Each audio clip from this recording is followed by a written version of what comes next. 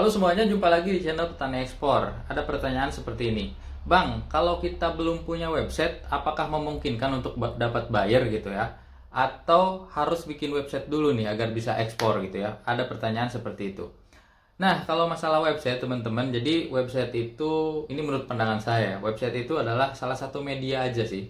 Salah satu media untuk mempermudah buyer melihat company profile kita, melihat kegiatan usaha kita, melihat produk yang kita jual, spesifikasinya, terus yang lain-lainnya gitu ya. Tujuannya adalah ketika kita memasarkan produk lewat internet, lewat digital marketing gitu ya, otomatis kita juga harus mempermudah atau menampilkan uh, company profile kita gitu. Ya lebih bagusnya kalau kita ada website gitu ya. Terus kalau misalkan kita nggak punya website nih, gimana caranya gitu ya? Jadi gini teman-teman, saya juga mengamati gitu ya, ada beberapa penawaran dari negara-negara luar menawarkan produk kepada kita.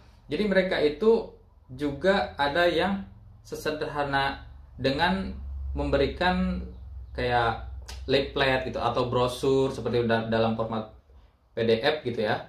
Terus ada juga yang formatnya picture biasa, image biasa gitu ya. Di situ terdapat company profile kita gitu. Jadi mereka juga ada yang tidak menggunakan website seperti itu.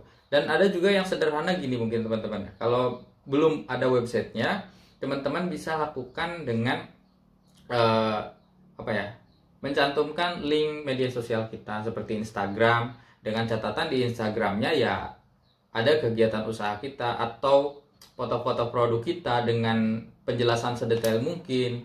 Intinya itu, jadi banyak cara yang bisa kita lakukan. Jadi jangan terpaku kepada kita nggak punya website terus nggak gerak gitu ya. Dan harus kita pelajari juga, harus kita yakini juga bahwa orang-orang di zaman sebelum kita ini gitu ya, orang-orang yang ekspor, senior ekspor itu, mereka juga lakukannya sebelum ada internet itu ya dengan memanfaatkan relasi, memanfaatkan jaringan, memanfaatkan kenalan, memanfaatkan sanak saudara yang ada di luar negeri gitu ya. Dengan cara itu pun ya bisa mereka cari buyer gitu ya. Misalkan di luar negeri itu ada saudaranya yang kuliah atau yang kerja gitu ya.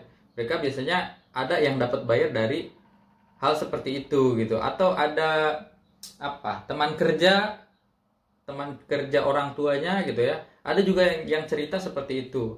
Terus ada juga yang kenal sama pemerintahan, terus mereka minta akses untuk ikut pameran ke luar negeri atau dapat akses untuk ikut pameran ke luar negeri, akhirnya bisa dapat buyer. Atau ada sanak saudaranya yang kerja di ITPC sehingga bisa mendapatkan akses untuk promosi produk di luar negeri gitu. Hal-hal seperti itu kan tidak melalui internet, tidak melalui website dulu gitu. Jadi langsung kita face to face sama buyer, ketemu langsung gitu ya.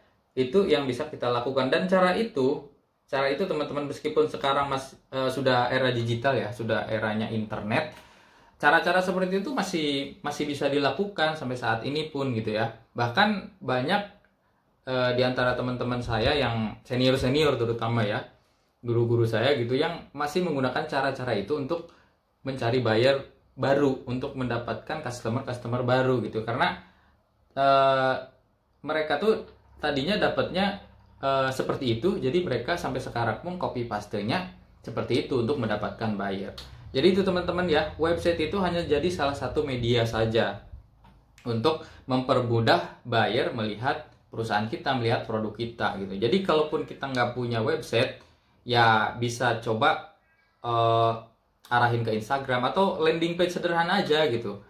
Yang penting di sana tuh ada gambaran tentang produk yang kita jual, gambaran tentang perusahaan kita. Nah itu teman-teman ya, untuk seputar website. Atau bahkan kalau mau coba yang gratisan, saya juga pakai juga tuh. Ada yang namanya Google Business. Google Business itu yang nggak mesti bayar juga, kita cukup upload upload produk, upload kegiatan, bisa update juga di sana. Terus itu tuh terintegrasi sama Maps juga. Jadi kalau ada orang yang berkunjung ke tempat usaha kita bisa review. Terus ya kalau kita mau bayar silahkan gitu ya, per tahunnya tuh 160 ribuan gitu. Terus kalau nggak dibayar juga tetap bisa diklik gitu sama orang, tapi domainnya tuh apa, businesssite.com gitu ya. Jadi alamat usahanya terus businesssite.com, bukan .com, business.site kalau nggak salah gitu ya. Pokoknya itulah kalau pakai Google Business gitu. Sebenarnya banyak banget gitu apa namanya untuk landing page yang bisa kita buat yang sesederhana mungkin tanpa website yang berbayar pun gitu. Jadi jangan sampai kita nggak punya website terus kita nggak gerak gitu ya. Karena masih banyak cara-cara lain yang bisa kita lakukan untuk memperlihatkan atau memperkenalkan, membuat visualisasi dari perusahaan kita nih. Misalkan sederhananya gini, kalau teman-teman nih belum punya website, YouTube kan gratis ya. Bikin aja tuh apa namanya? Ya video tentang produk di YouTube gitu, terus update tentang kegiatan sehari-hari. Terus kalau kita lakukan penawaran ke buyer atau perkenalan, ya pertama perkenalan dulu.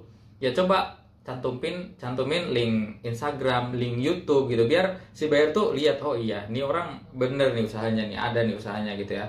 Dan dia bisa lihat juga secara visual, teman-teman. Oke, mungkin itu teman-teman ya sharing kali ini. Kalau ada pertanyaan-pertanyaan lain seputar ekspor, seputar pertanian, boleh tulis di kolom komentar, atau ada pengalaman menarik seputar ekspor, boleh juga tulis di kolom komentar untuk gambaran teman-teman kita yang sekarang lagi belajar ekspor. Terima kasih, sampai jumpa di video berikutnya.